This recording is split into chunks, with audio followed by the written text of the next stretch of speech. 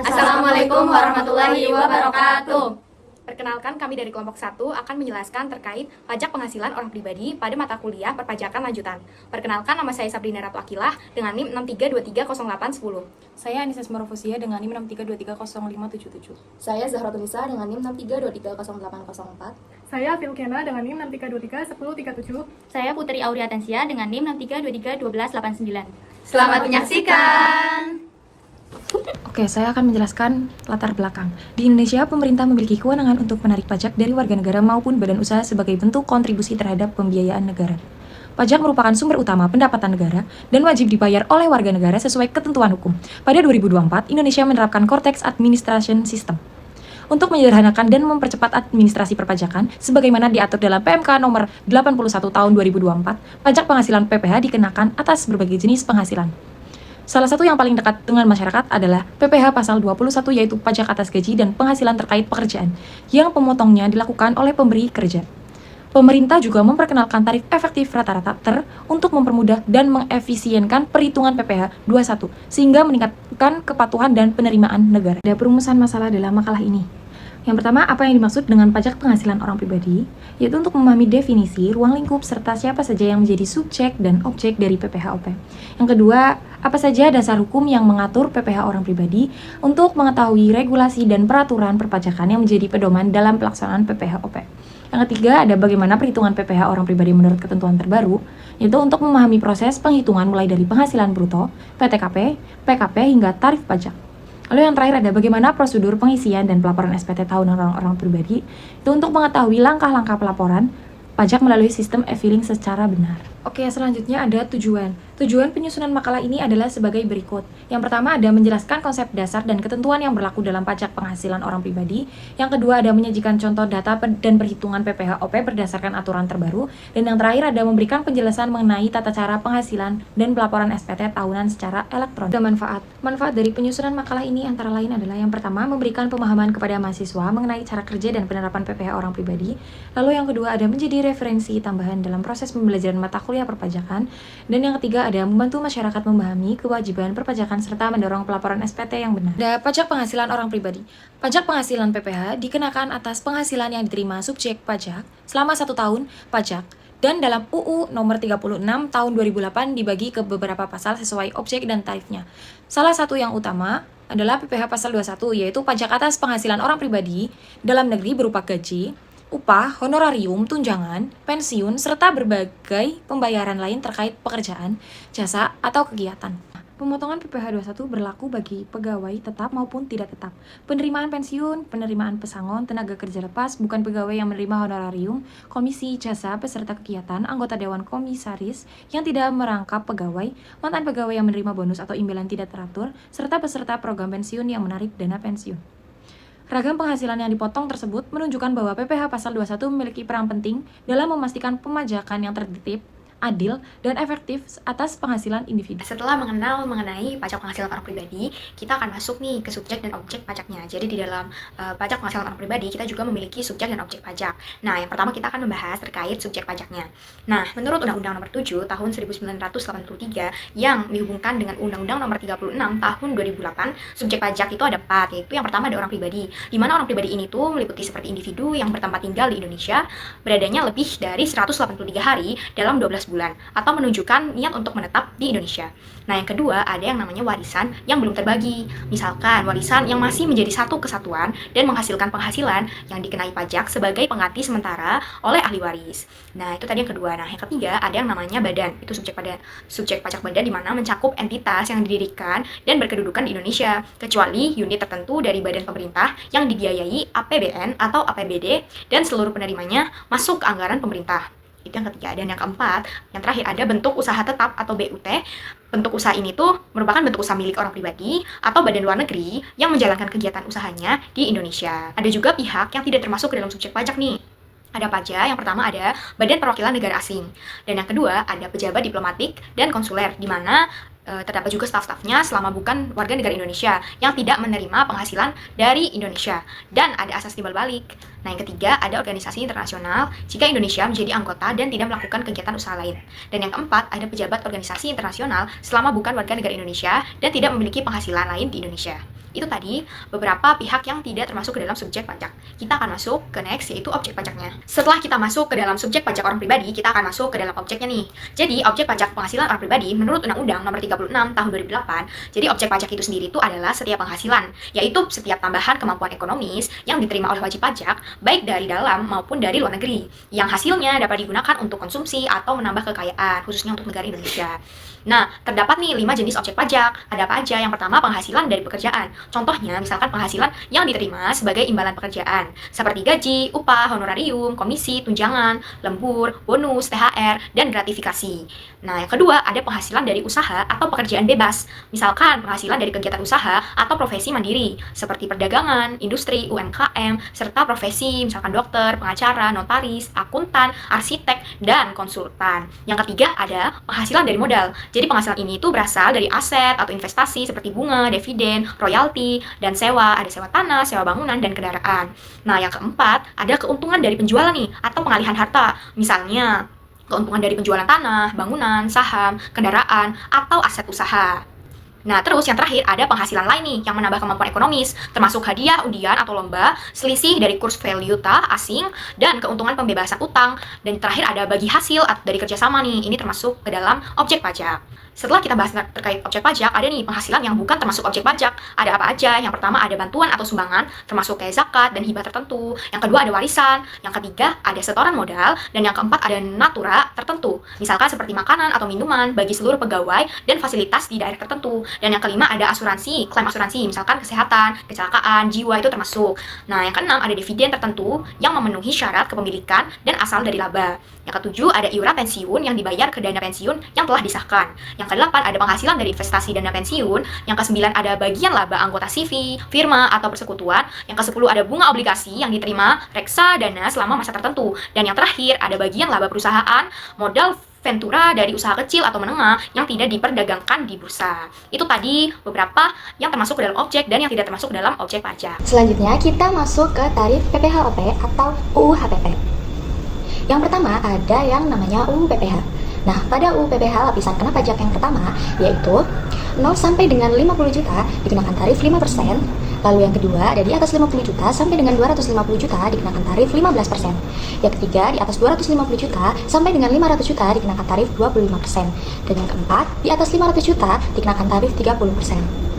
Lanjut ke bagian UU HPP yang lapisan pertama penghasilan kena pajak 0 sampai dengan 50 juta dengan tarif 5%. Yang kedua di atas 60 juta sampai dengan 250 juta dikenakan tarif 15%. Yang ketiga di atas 250 juta sampai dengan 500 juta dikenakan tarif 25%. Yang keempat di atas 500 juta sampai 5 miliar dikenakan tarif 30%.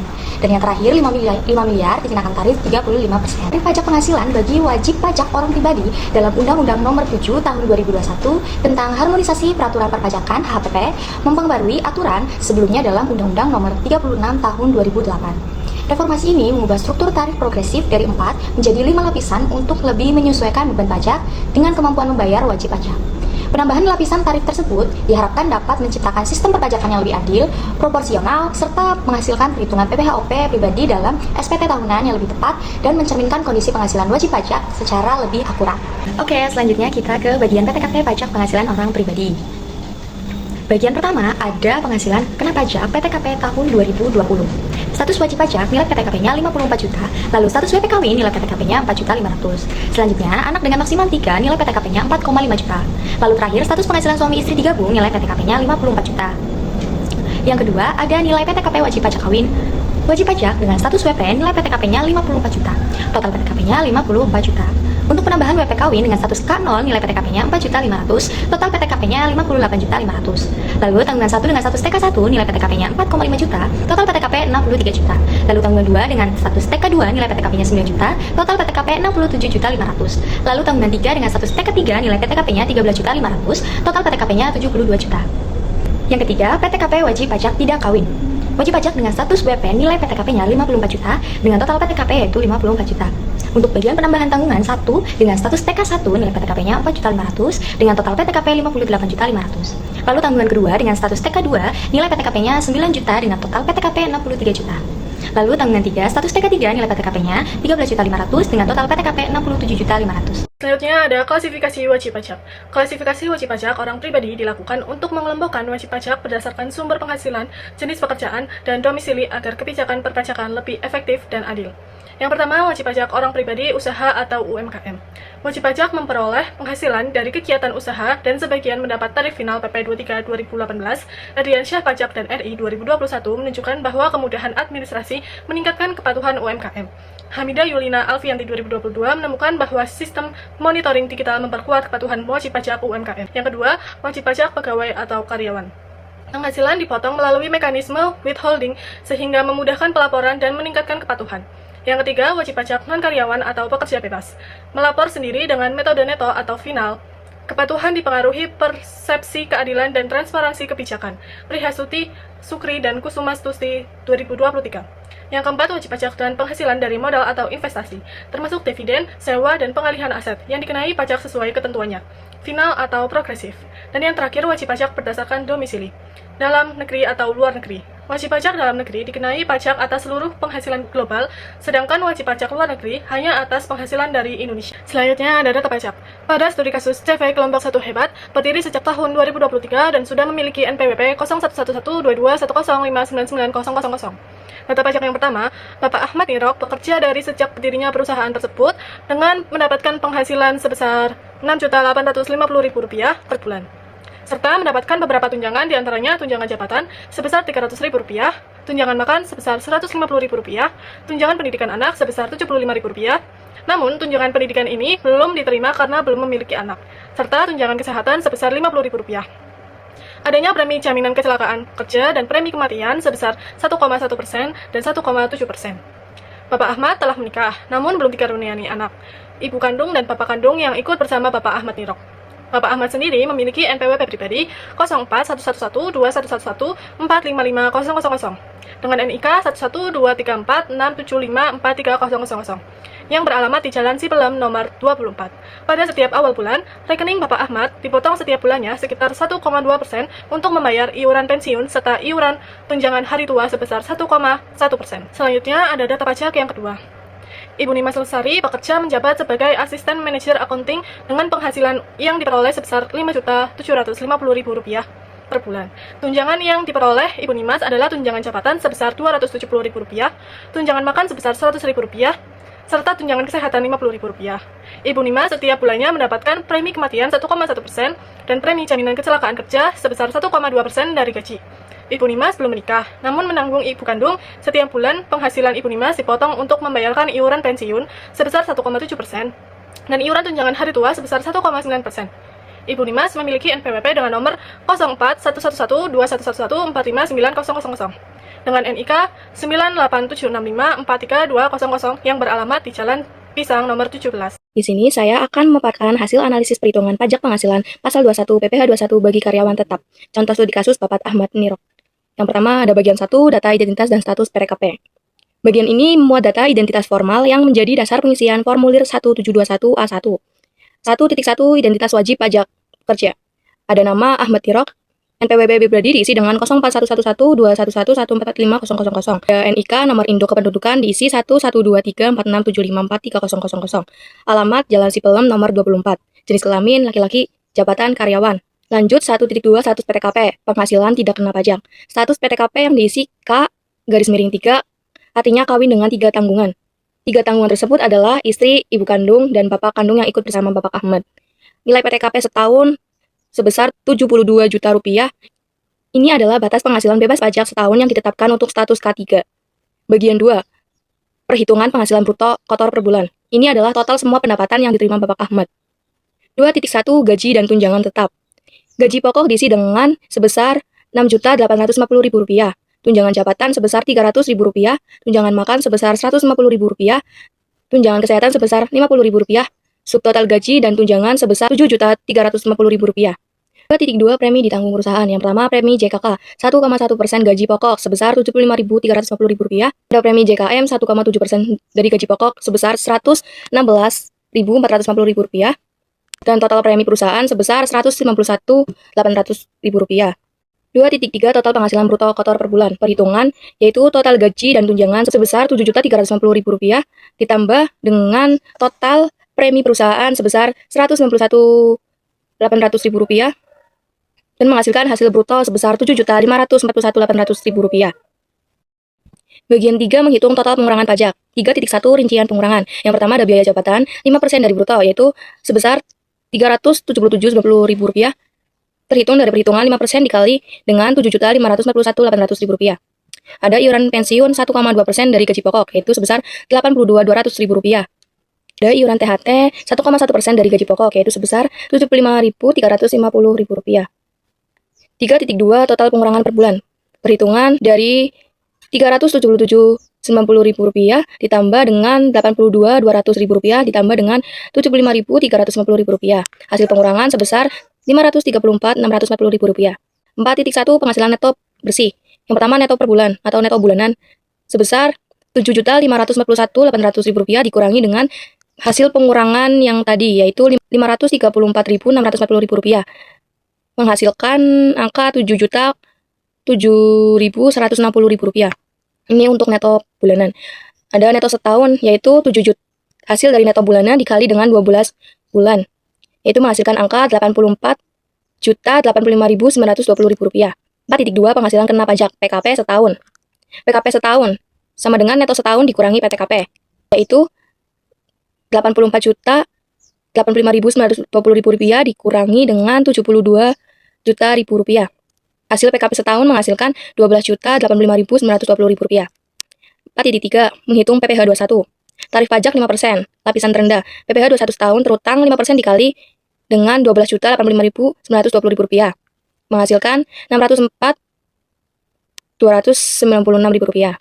PPh 21 per bulannya adalah Rp604.296.000 dibagi 12 bulan, sama dengan menghasilkan angka Rp50.354. Pasal 21 yang harus dipotong dari hasil gaji Bapak Ahmad Niroh tiap bulan adalah sebesar Rp50.398. Oke, selanjutnya saya akan menjelaskan terkait pengisian SPT pada pajak penghasilan orang pribadi. Sebelumnya sudah dijelaskan oleh rekan saya terkait studi kasus dan perhitungannya. Jadi langsung saja di sini bisa kita lihat ada SPT 1721A1, yaitu penjelasan PTKP pajak orang pribadi. Pada studi kasus yang pertama dijelaskan terkait identitas perusahaan dan identitas wajib pajak. Kita langsung saja masuk yang ke poin pertama, identitas pemotong pajak. Pada bagian paling atas formulir, ini adalah pihak perusahaan atau pemberi kerja yang memotong PPh 21 karyawan. Ini merupakan NPWP pemotong yang tertera, yaitu 11.112.210.599.000. Lalu lanjut ke nama pemotong, di sini ada CV kelompok 1 hebat. Untuk masa perolehan di pojok kiri atas ada kolom penghasilan. Nah, di sini diisi Januari sampai dengan Desember. Yang artinya bukti potong ini untuk penghasilan setahun penuh. Lanjut, untuk identitas penerima penghasilan, bagian poin A, data ini adalah karyawan yang dipotong pajaknya. Untuk NPWP yang tertera, yaitu 41.112.111.55.000. Untuk NIK-nya 123467543.000. Nama di sini tertera Ahmad Niroh dengan alamat Jalan Sipilem nomor 24. Jenis kelamin laki-laki dan untuk status PTKP-nya yaitu K3. Artinya kaya itu kawin dan 3 merupakan 3 tanggungan orang. Untuk jabatan di sini karyawan, lalu kode negara domisilinya yaitu IDN. Lanjut ke poin 3 yaitu rincian penghasilan bruto. Nah, bagian B, poin 1 sampai dengan 8 ini adalah seluruh penghasilan sebelum dipotong apapun. Masuk ke penghasilan, yaitu yang penghasilan pertama, gaji pokok sebesar Rp6.850.000. Lalu yang nomor 2 yaitu tunjangan PPh sebesar Rp300.000. Lalu yang nomor 3 ada tunjangan lain seperti lembur dan lain sebagainya, itu ada Rp200.000. Bagian 4 honorium kita kosongkan. Nomor 5 premi asuransi dibayar pemberi kerja yaitu Rp191.800. Nomor 6 dan 7 itu kita kosongkan. Dan jumlah keseluruhan dari penghasilan bruto per bulan yaitu Rp7.541.800. Seperti yang sudah dihitung teman saya sebelumnya, kita tahu bahwa jumlah penghasilan brutonya itu sebesar Rp7.541.800. Selanjutnya, di sini saya akan melanjutkan perhitungan dari data pajak 1 Bapak Ahmad Niroh pada bagian SPT poin B yang mana rincian penghasilan dan perhitungan PPh pasal 21 pada bagian pengurangan. Nah, tepatnya di sini ada untuk poin 9 biaya jabatan atau biaya pensiun yang dihitung dari jumlah penghasilan bruto. Nah, di sini ada jumlah penghasilan brutonya itu dikalikan dengan 5% sesuai dengan instruksi di sini. Jadi Rp7.541.800 dikali dengan 5%, maka hasilnya ada Rp377.90. Nah, terus di sini kan ada tulisan maksimalnya Rp500.000. Itu kalau misalkan hasilnya ternyata lebih dari Rp500.000, maka nanti yang ditulis di sini adalah Rp500.000. Tapi karena ini hasilnya kurang dari Rp500.000, maka yang ditulis yang tadi hasilnya. Nah, terus kita lanjut ke poin 10, itu ada iuran pensiun atau iuran THT atau JHT. Nah, seperti yang dijelaskan pada data pajak 1, bahwa setiap awal bulan rekening Bapak Ahmad itu tuh dipotong untuk iuran pensiunannya sebesar 1,2% dan untuk iuran THT-nya itu sebesar 1,1%, maka caranya kita tinggal kaliin aja nih. Untuk yang pertama tuh iuran pensiun itu kan sebesar 1,2%. Maka kalau dikaliin dengan gaji setiap bulannya, itu kan 1,2% itu bisa dibulatin jadi 0,012 dikali 6.850.000 itu untuk gaji setiap bulannya, maka hasilnya adalah 82.200. Nah, untuk iuran THT-nya juga sama, tinggal dikaliin aja 0,011 dikali dengan 6.850.000 rupiah, maka hasilnya 75.350. Terus kita jumlahkan, nah hasilnya ada 157.550.000 rupiah.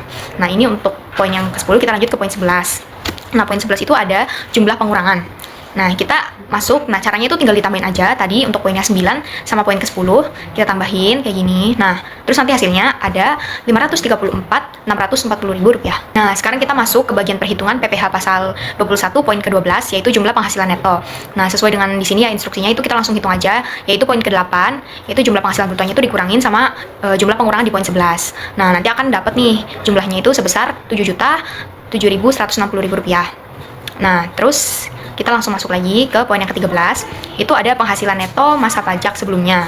Nah, ini tuh dikosongin aja karena nggak ada pada data pajak.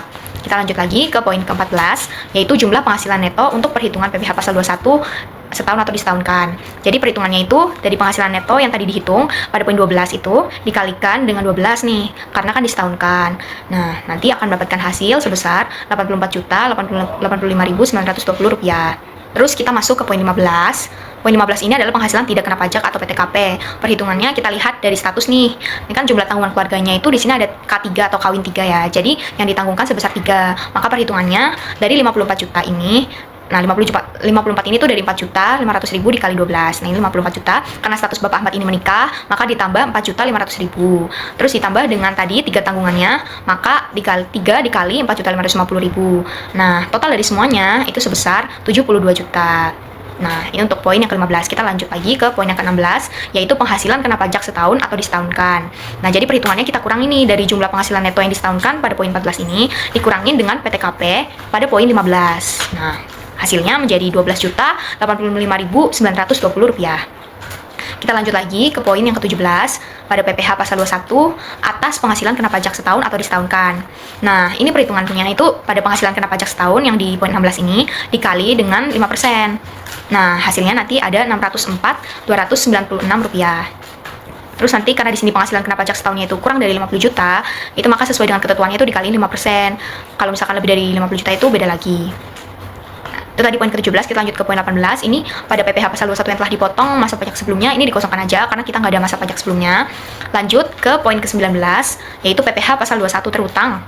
Nah, ini tuh dari poin ke-17, langsung aja karena tadi yang poin 18 kosong, jadi hasilnya ini sama aja kayak pada poin ke-17. Nah, terus kita lanjut untuk poin yang ke-20 yang terakhir, yaitu PPh pasal 21 dan PPh pasal 26 yang telah dipotong dan dilunasi. Nah, untuk yang ini perhitungannya itu dari PPh pasal 21 yang terutang pada poin ke-19 dibagi dengan 12 nih. Karena kita kan mencari pemotongannya itu per bulannya ya. Jadi PPh pasal 21 dan PPh pasal 26 yang telah dipotong dan dilunasi itu sebesar 50.358 rupiah. Nah, itu tadi pajak yang dikenakan oleh Bapak Ahmad Nirok. Jadi itu tadi perhitungan dari data pajak yang pertama. Nah, kemudian untuk yang di poin C ini yang terakhir itu ada identitas pemotong.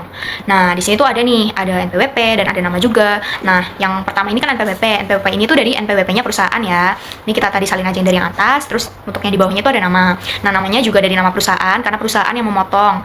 Terus di sini ada kita tulislah CV kelompok 1 hebat. Nah, terus kemudian ada tanggal, disesuaikan aja tanggal pengisiannya. Misalkan tanggal pengisiannya itu pada tanggal 31 Desember 2024. Nah, ini. Terus nanti tinggal diberi tanda tangan dan cap basah dari perusahaannya. Nah, itu tadi untuk SPT dari data pajak 1 sudah terlengkapi. Nah, selanjutnya teman saya akan melanjutkan pada data pajak yang kedua. Dalam kesempatan ini, kita akan melakukan analisis mendalam terhadap formulir 17211, yaitu bukti potong PPh pasal 21 untuk pegawai tetap. Dokumen ini adalah rekapitulasi perhitungan pajak penghasilan selama 1 tahun pajak. Studi kasus kita berpusat pada Ibu Dimas Lestari, bagian 1, identitas pemotong dan penerima penghasilan. Kita mulai dengan mengidentifikasi siapa saja yang tertera dalam formulir ini. Pihak pemotong pajak yaitu pihak yang bertanggung jawab memotong dan menyetorkan pajak. Nama pemotong adalah CV kelompok 1 hebat. NPWP diisi dengan NPWP pemotong adalah 111222105990000. Formulir ini mencakup masa pajak penuh, ditutup pada tanggal 31 Desember 2024. A. Identitas penerima penghasilan, yaitu identitas Ibu Nimas Lestari. Selanjutnya, kita rinci data Ibu Nimas Lestari pada bagian A. NPWP Ibu Nimas adalah 41112111450000.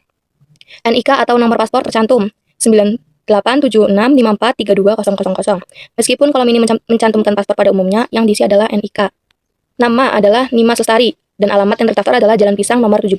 Jenis kelamin jelas tercentang perempuan. Jabatan Ibu Nimas di perusahaan adalah Asisten Manajer Accounting. Kode negara atau domisili diisi dengan IDN.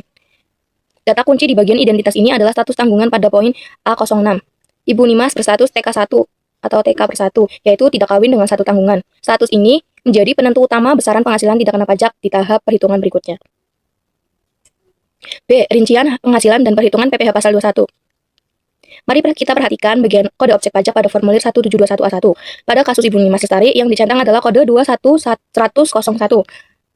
Ini berarti merujuk pada penghasilan yang bersifat rutin dan teratur. Artinya, semua penghasilan yang tertera di kolom ini yang berisi gaji tunjangan, premi adalah pendapatan yang diterima Ibu Nimas secara berkala sebagai pegawai tetap.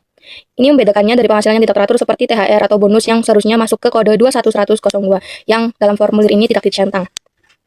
Percentangan ini mengkonfirmasi bahwa total penghasilan bruto Ibu Nimas bersumber dari gaji dan tunjangan rutinnya. Bagian 1 menghitung penghasilan bruto. Kita masuk ke inti perhitungan, yaitu bagian B. Kita hanya akan fokus pada penghasilan bruto yang merupakan total semua uang kotor yang diterima Ibu Nimas Lestari selama setahun. Poin 1, yaitu gaji atau pensiun, tercantum senilai Rp5.750.000. Ini adalah gaji pokok tahunan Ibu Nimas. Poin 2, tunjangan PPh, tercantum Rp270.000. Poin 3, tunjangan lainnya, tercantum Rp150.000. Ini mencakup tunjangan rutin seperti uang makan atau kesehatan yang diterima dalam bentuk uang.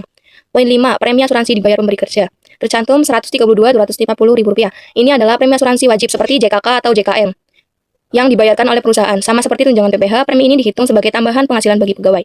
Poin 8, jumlah penghasilan bruto. Setelah dijumlahkan seluruh komponen, didapatkan total penghasilan bruto sebesar Rp6.302.250.000. Angka Rp6.302.250.000 ini adalah total penghasilan kotor Ibu Nimas selama 1 tahun. Angka ini akan menjadi dasar untuk menghitung penghasilan neto setelah dikurangi biaya jabatan dan iuran wajib lainnya.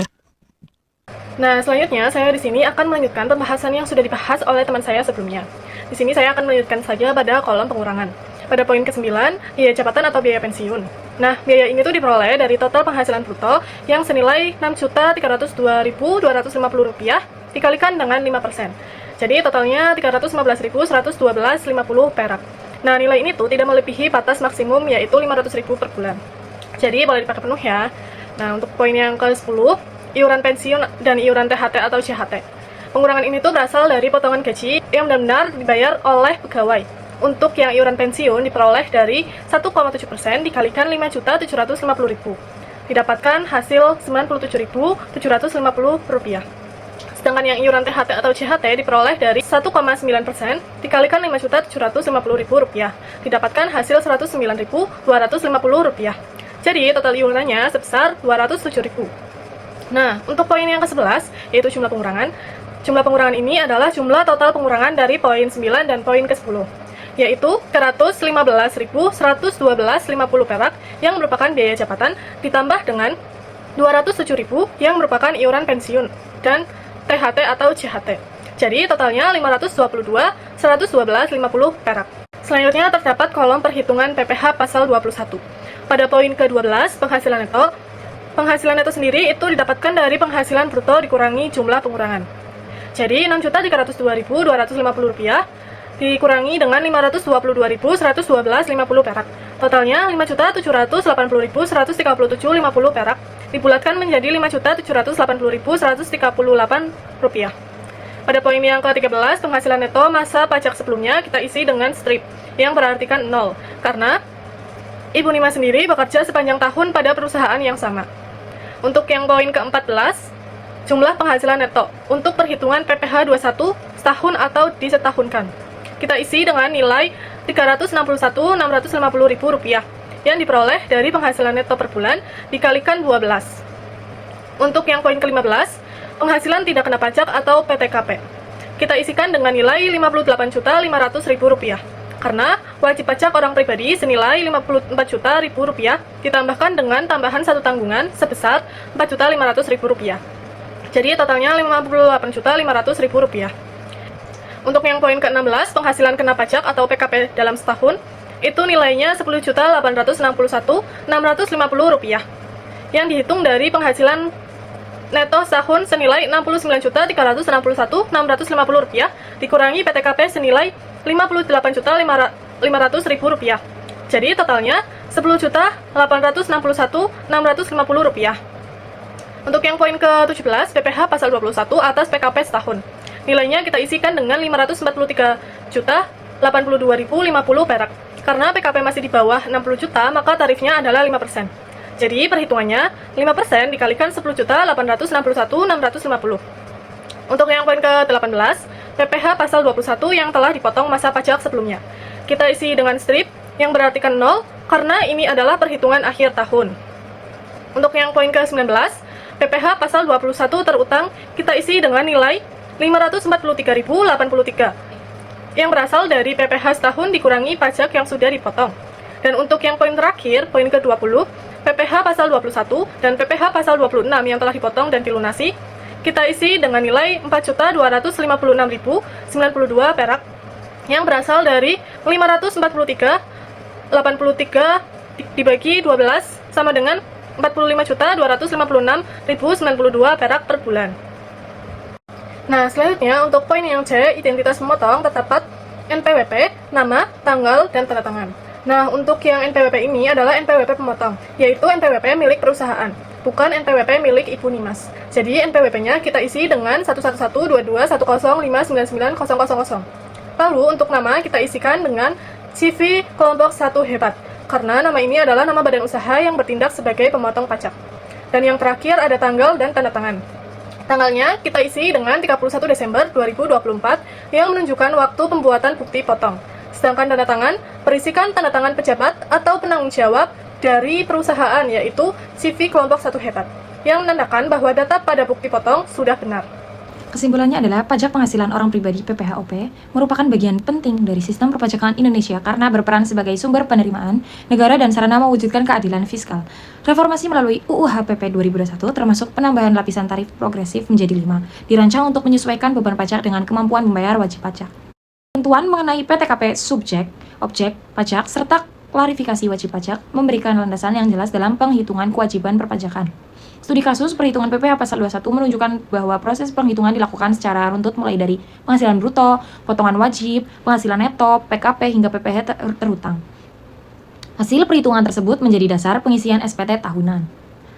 Dengan demikian, pemahaman mengenai ketentuan perhitungan dan pelaporan PPh-OP sangat penting untuk mendukung kepatuhan perpajakan dan memastikan pelaksanaan pajak sesuai regulasi. Lalu ada saran. Berdasarkan hasil tersebut, maka beberapa saran dapat diberikan adalah sebagai berikut. Yang pertama, penulis menyarankan agar wajib pajak orang pribadi lebih aktif memahami ketentuan perpajakan, khususnya terkait tarif, PTKP, serta tata cara pelaporan SPT tahunan, agar perhitungan pajak dapat dilakukan dengan benar dan menghindari kekeliruan. Lalu yang kedua, diharapkan pemerintah terus menyederhanakan informasi dan proses pelaporan pajak sehingga wajib pajak dapat lebih mudah memahami kebijakannya tanpa merasa terbebani oleh prosedur yang rumit. Lalu yang ketiga, bagi penulis atau peneliti selanjutnya diharapkan dapat menggambarkan kajian yang lebih dalam serta menggunakan contoh kasus yang lebih kompleks agar pembahasan menjadi PPh orang pribadi menjadi lebih komprehensif. Sekian dari kelompok kami, kurang lebihnya mohon maaf. Wassalamualaikum warahmatullahi wabarakatuh.